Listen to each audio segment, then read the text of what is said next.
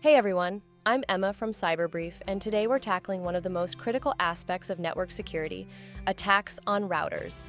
Routers are like the gatekeepers of your network, deciding where your data goes. But they can be attacked in various ways, so let's dive into some common ones and how we can defend against them. First off, let's talk about denial of service or DoS attacks. These attacks are exactly what they sound like. They deny service. Imagine if your router, which is vital for your network's operation, suddenly stops working. That's a DoS for you. The impact can be huge. For example, a friend of mine in the oil and gas industry told me about how updating their routers causes a self-imposed DoS for just 10 minutes, and in that time, they lose $25 million. Now, while that's not an attack, it shows just how critical router availability is.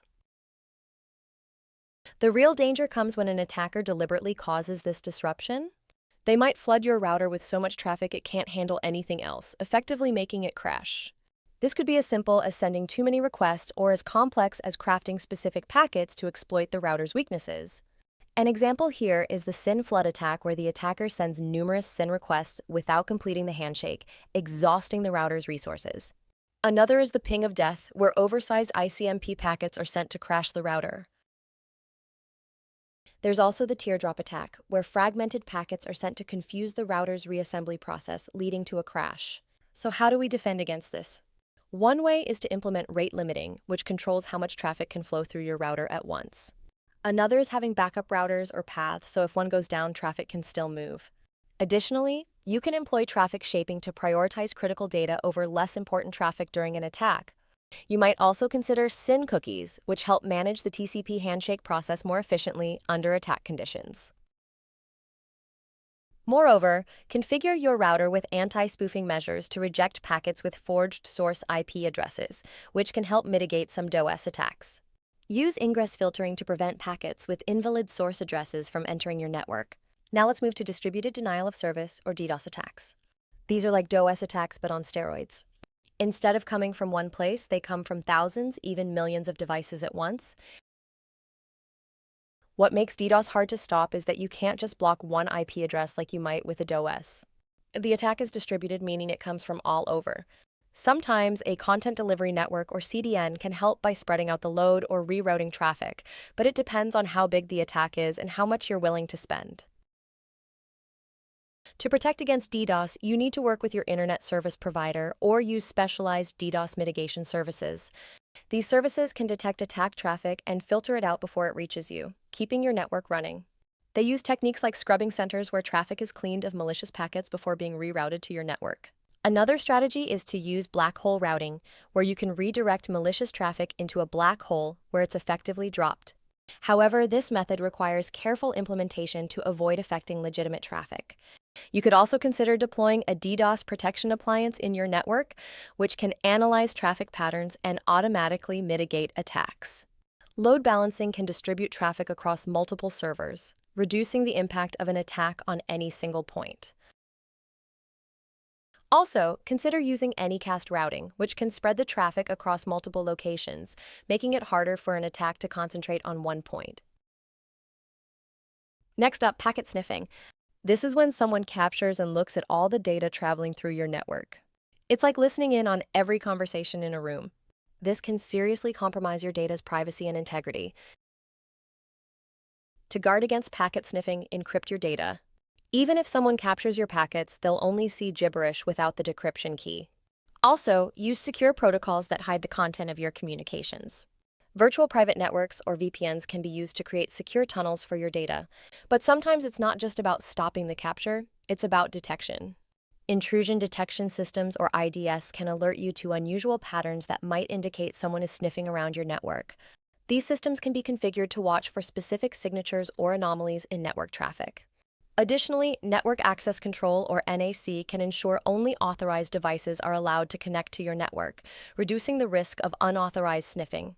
Deploying VLANs can further segment your network, limiting the scope of where an attacker can sniff if they gain access. Consider using MACsec, Media Access Control Security, to secure the link layer traffic between devices, preventing sniffing at the switch level. Now, let's discuss packet misrouting and routing table poisoning. Both are about tricking your router into sending data the wrong way. With packet misrouting, an attacker can make your router send data to places it shouldn't, like a dead end or back where it came from, creating a loop. This can cause network congestion or even crash other devices in the loop. An example might be an attacker sending fake routing information to redirect traffic to their own device. This can be particularly harmful during critical times, like during financial transactions or when handling sensitive data. Routing table poisoning is when attackers mess with the router's map, or routing table, which tells it where to send data next. By changing this map, attackers can redirect your traffic through their own devices, setting up what we call a man-in-the-middle or MITM attack. This is sneaky because your network still works. You might not even know your data is taking a detour through an enemy's hands. An example includes the BGP hijacking, where an attacker advertises false routes to siphon off internet traffic. These attacks are all about integrity, making sure your data goes where it should. Here's the thing, if an attacker can change where your data goes, they can see, modify, or even steal it without you knowing. So, how do we defend against these? For misrouting and poisoning, secure your routing protocols. Use authentication so routers only trust updates from verified sources. Also, monitor your network for unusual patterns in traffic or routing changes that could signal an attack. Regularly audit your routing tables for any suspicious entries. Use tools that can alert you to changes or anomalies in routing behavior. Implement route filtering to ensure only valid routes are accepted into your routing tables. Employ route origin validation to check if the advertising router is authorized to announce the route. Implement RPKI, Resource Public Key Infrastructure, to secure BGP routing announcements. Use MD5 authentication, or better yet, IPsec, for routing protocol communications to prevent unauthorized updates. Remember, the key to good router security is visibility and control. Know what's normal for your network so you can spot when something's off. One thing that's often overlooked is physical security. If someone can walk up to your router and plug in, all your digital defenses might as well not exist. Secure your router rooms with physical access controls. Use surveillance, locks, and access logs to monitor who enters these areas. And don't forget, cybersecurity isn't just about technology, it's about staying one step ahead. Keep learning, keep updating, and keep your network secure. Also consider the human element. Train your staff on the signs of an attack.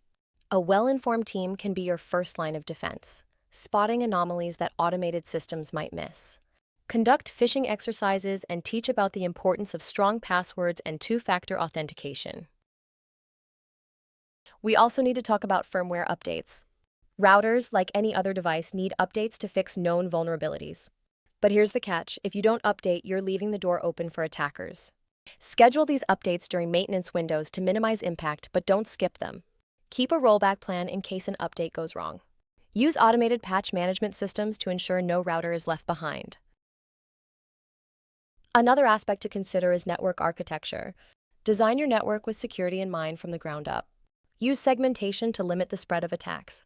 If one router is compromised, segmentation can prevent an attacker from moving laterally through your entire network. Micro-segmentation can be particularly effective here, isolating even smaller portions of your network. Implement DMZs, demilitarized zones, for services that need external access, isolating them from your internal network. And let's not overlook the importance of logs. Logging every change, every access attempt, and every failure can give you the breadcrumbs to track down an attack or misconfiguration. Use centralized logging solutions to make sense of the data. Implement security information and event management, or SIEM systems, to correlate logs across different devices and detect complex attack patterns. Regular log analysis can reveal behavior that might indicate a security breach. Finally, think about redundancy. Not just for availability, but for security. If your primary router is under attack, having a secondary one already configured and ready to take over can save the day. Consider cold, warm, or hot standby routers depending on your need for immediacy.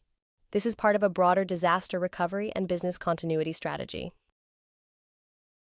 We should also consider the use of honeypots.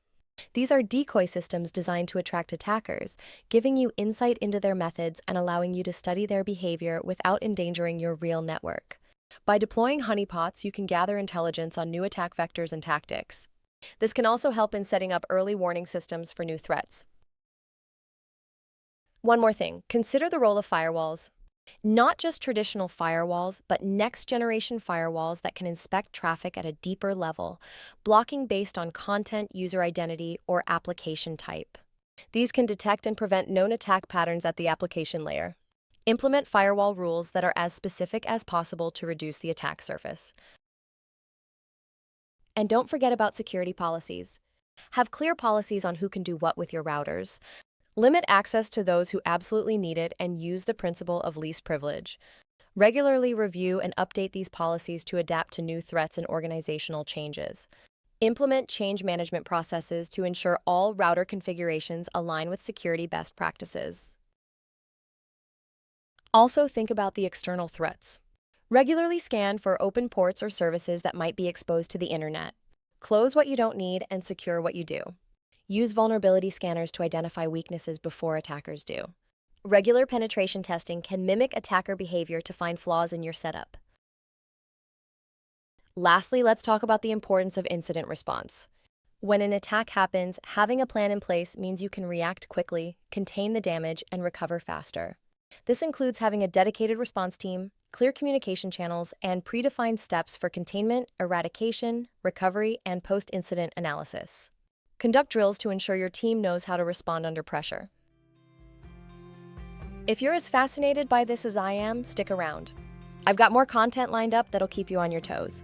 Whether you're a pro or just starting, we're in this together, making you an expert in cybersecurity one episode at a time.